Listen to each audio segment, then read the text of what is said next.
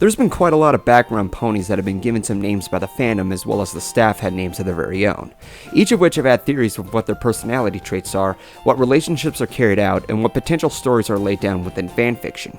So it isn't too much of a surprise to me when something like Button's Adventures is taken into the major role of animation. Not just that, but by Italian animator Jan Animations, who's known to animate just as accurately as the show.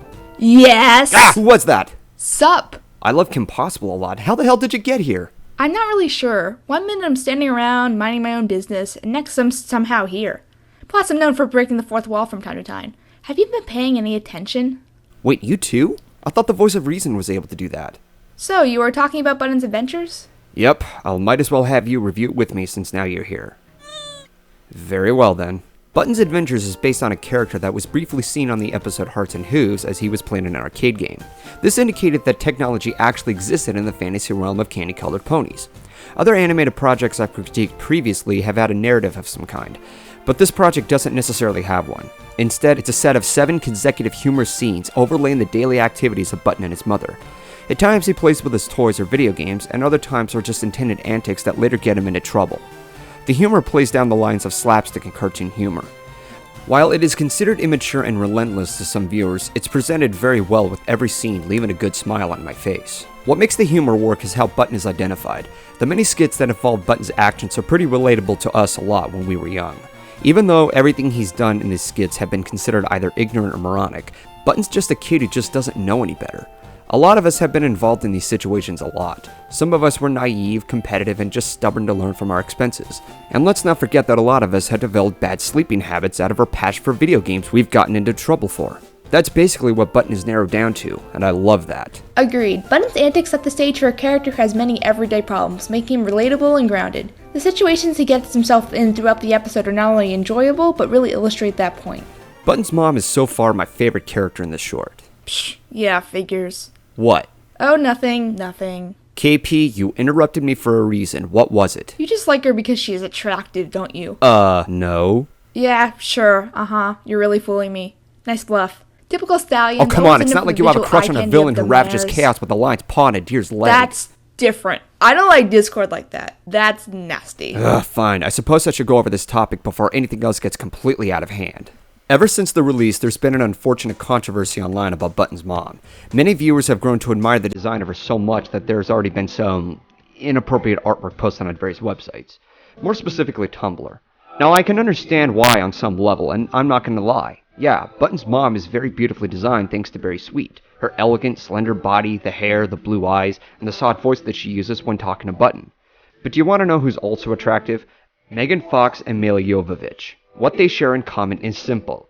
They're cardboard cutouts. Megan's character in Transformers did nothing but be a forced love interest, and Mila's a Mary Sue in a series that has nothing to do with the video game counterparts it's supposed to be based on. Jesus Christ, can we move on? Right, the point I'm trying to get at is that just because a character is attractive does not mean that's what I like about the character. I focus more on the traits and personalities, not the visual appeal. Sure you do, but please, continue. I was about to. Although she has smaller screen time than Button does, she stands out more dimensional to me than most other parental character cartoons have in the past. Most parental characters I've seen have been stereotypically either brainless or taken advantage of by their offsprings. Other times I've seen them as soccer moms who are uptight and mindlessly overprotective, representing an unlikable cliche. The parental characters I've seen that were done right to me were the ones who were interactive and understandable to their loved ones, but knowing when to take steps when raising kids. This was established in titles, however, that took more stories more seriously and not comedically, such as Avatar: The Last Airbender. In Button's Adventures, Button's mom breaks out of that formality several times throughout the skits. She does her motherly duties, like cook and clean and keep a lookout for Button, but out of his relentlessness, she is very well aware of everything. In fact, that last skit had me in stitches. The fact that she was able to get back to Button for mouthing her off in a different language was very clever. Even more so, she didn't have to yell at him for that, just a smile and an attempt to ground him. Interestingly enough, I'd like to know her gaming history, given that she's known the language. Unfortunately, if there's anything to address, I was able to notice very quickly that the voice actress Ellie Monty had a bit of her English accent showing in some areas. You must take better care of your things when you put them down. I nearly fell over this morning. I know it's difficult to switch her accent from a British accent to an American descent, but these lines were way too noticeable. Okay, fair enough. And now it's my turn to gush. Share my thoughts about this short. The animation was great as expected, but I didn't think the humor was going to be as meme-tastic and funny too.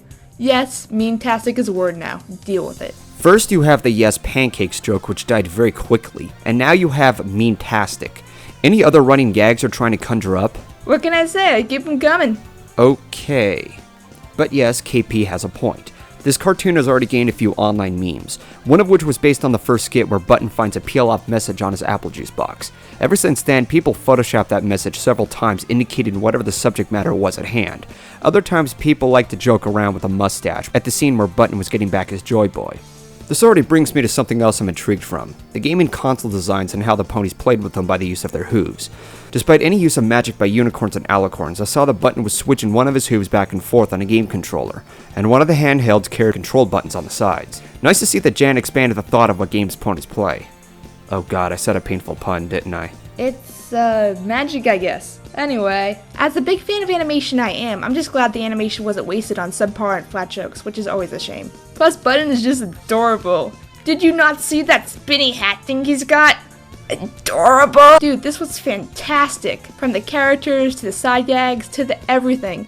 Hope we get more, that's all I'll say. It's only a matter of time before we find out if Jan ever plans to continue. I'm positive he will, considering how well received the first episode has. I guess the episodes will follow another set of individual skits, which could be about his experience in school and his interactions with other students. Or he just won't care and try to find a way to get back home to his video games. We also might know more about his family, but who knows.